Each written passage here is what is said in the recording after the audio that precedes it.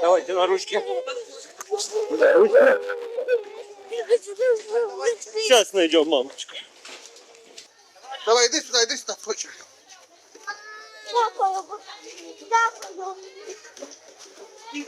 Як зовут тебе, сонечка?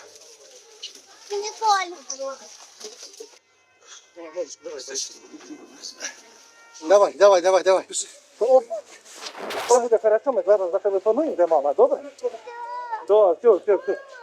Куда? Давайте. Цілий він. Цілий, все вроді нормально.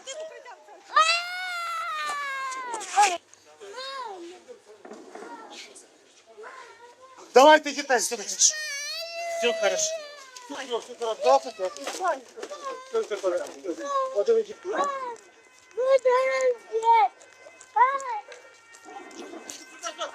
Я не помню.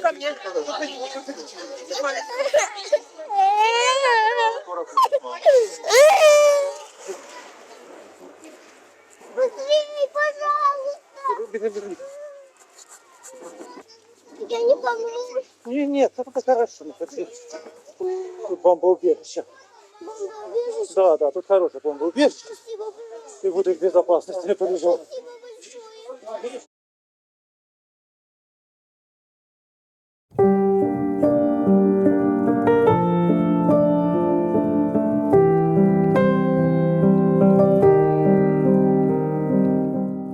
Відсоток дітей, які мали посттравматичний стресовий розлад до початку війни, тобто я говорю там про події до 2014 року, і особливо збільшилось після повномасштабного вторгнення. Те, що ми бачимо якби зараз, реалістично ми бачимо збільшення кількості в 3-4 рази. Дійсно, посттравматичний стресовий розлад – це проблема, яка існує в всіх суспільствах, і дитячий посттравматичний стресовий розлад, зокрема. Насправді, на сьогодні нема, мабуть, жодної країни, яка ідеально впоралась з цією роботою. Викликів є більш ніж достатньо, і ключовою, я би сказала, що це недостатність все одно цієї допомоги. Як би багато ми не робили, війна триває. Навіть дводенний досвід прильоту в Харкові в дитячий садочок. Очевидно, що ми отримали цілу купу маленьких дітей, які зазнали важкого травматичного досвіду. І через те, що процес війни триває, росіяни продовжують обстріли, продовжують тероризувати саме мирне населення, ця потреба не вичерпується, вона наростає. На жаль, також зросла кількість дітей, які стали сиротами внаслідок війни, чи півсиротами, якщо батько загинув на фронті. І ці всі речі, вони збільшують потребу в фахівцях, збільшують потребу в якісній допомозі. І в цей самий час самі фахівці проживають не в умовах курорту і відпочинку, вони теж живуть в умовах війни. І це все поєднується в те, що і є втома, виснаження, і запит зростає. The war in Ukraine is a lot more severe than the war that I fought in Afghanistan. But when somebody is shooting at you, I can promise you 7.62 sounds the same in Ukraine and in Afghanistan when it goes by your head. And bombs coming in sound the same. But the differences are the severity of the war here. It is a lot more brutal than what I experienced. We would dare to label this war as very close contact war, not only for those who are on front line, but for the ordinary citizens, for every child, every adult person, because this contact comes through destroyed buildings, comes through the corpses on the street, comes through torn away limbs, and everything that people here in Ukraine are witnessing every day. Therefore, we want to contribute with the best possible knowledge, international experience, to make the after effects of this war, the consequences of this war, manageable. So I think the scale here in Ukraine is going to be far more higher than ever seen around the world in any conflicts that's ever happened. Such an unfortunate way of thinking that you could prevent or make it highly likely that that person will improve if we invest more in treatment. And it's not that expensive, you know? But what's really expensive are the consequences of not treatment. That's what's expensive. If you don't, there is going to be an epidemic of children who have experienced trauma. And as they grow older, they won't just be sad and irritable, they're going to be angry. No doubt it should be looked at, because the children in Ukraine are living in a circumstance where the future is unpredictable. There are all these things going on in terms of the war outside. The sense of vulnerability that a parent can't necessarily protect someone from a drone flying overhead and drop. This ongoing sense of vulnerability and anxiety. It would be unfair and untrue to just reassure them that everything's going to be all right, because we don't know everything, but we'll do everything we're going to possibly can to protect you. No. So it's all hard to do, but denying talking about it, trying to make it go away, undermines an ability to deal with it effectively. Nothing can be more timely and relevant than this challenge. Ukraine is unique, but it's not alone. Ukraine is facing a level of societal trauma based on being exposed to a protracted period of modern war with an end that is uncertain. But this mental health dilemma is something global and systemic around the world.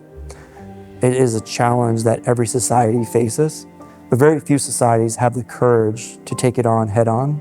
And it's not surprising that Ukraine, having taken Moscow head on, would also be willing to take this issue head on. So yes, there are many similarities in the brains that have been identified between adults who've experienced combat-related PTSD and children who've experienced developmental trauma. One of the key regions that has been identified is the hippocampus. And the hippocampus plays a very important role in memory consolidation and retrieval, particularly bringing context memories into recall. But it also plays a very important role in emotional regulation. And this is one of the most stress susceptible structures in the body. It's highly affected by cortisol, and cortisol can alter the branching, the morphology of neurons within the hippocampus, and that we've seen reduced volume of the hippocampus have been reported in individuals who've experienced combat and have combat-related PTSD. This is also quite affected in children. Я вам в цифрах не скажу, але я точно можу сказати, що це значна загроза. Але є одна річ, яка нам вже відтепер відома і яка допоможе нам справитись. Якщо ми навчимось, а ми вже багато що вміємо, виживати в тих умовах, в тому контексті, то навіть якщо воно передасться, так само дітям передадуться знання, навики, як з цим справлятися.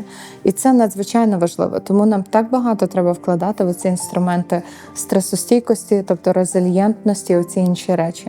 Бо нехай це навіть передасться на 5-6 поколінь, щоб вони були і носіями тих знань, як справитись з тривогою, як стабілізувати нервову систему, наскільки важливі базові речі спати, відпочивати, плекати стосунки.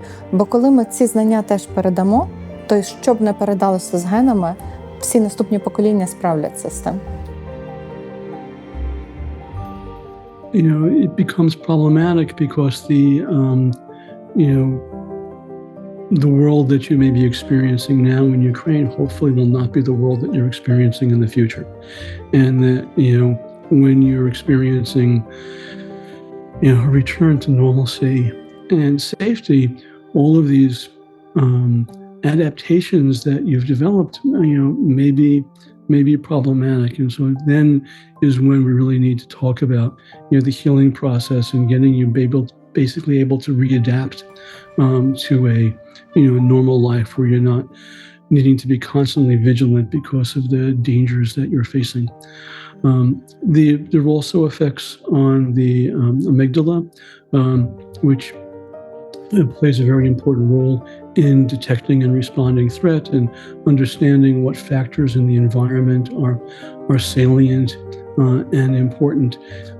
We've seen some changes in the brain that look like they'd be very hard to reverse.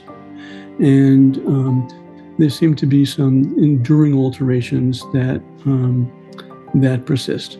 But what we've learned from the research is that it isn't necessary to reverse the effects of childhood adversity.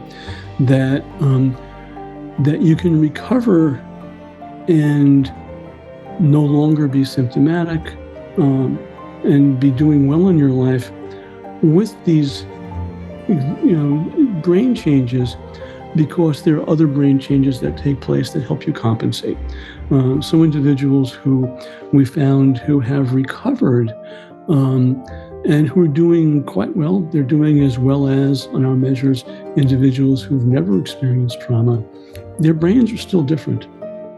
I found that raising money for children and veterans in the United States was pretty easy.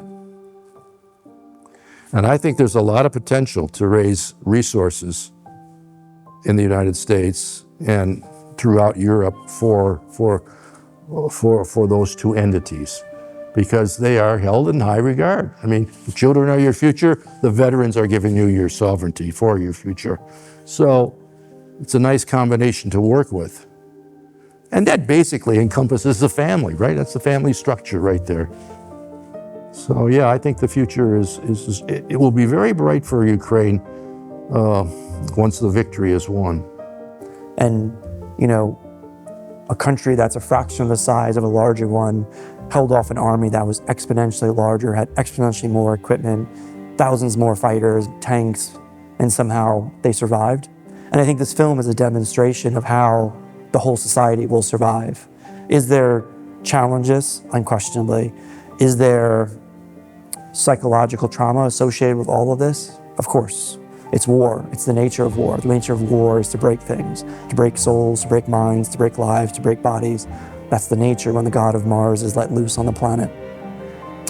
But the Ukrainian people are survivors, and this film demonstrates them once again, just like they stood, just like the heroes of Kyiv stood toe-to-toe, infantrymen and women with javelins and machine guns beating back Russian tanks and jets and winning. This is the same thing. There is this challenge, and yes, it is post-traumatic stress, but it doesn't have to be a disorder. And in that stress, is also growth. This can be also a moment of profound post-traumatic stress growth as well.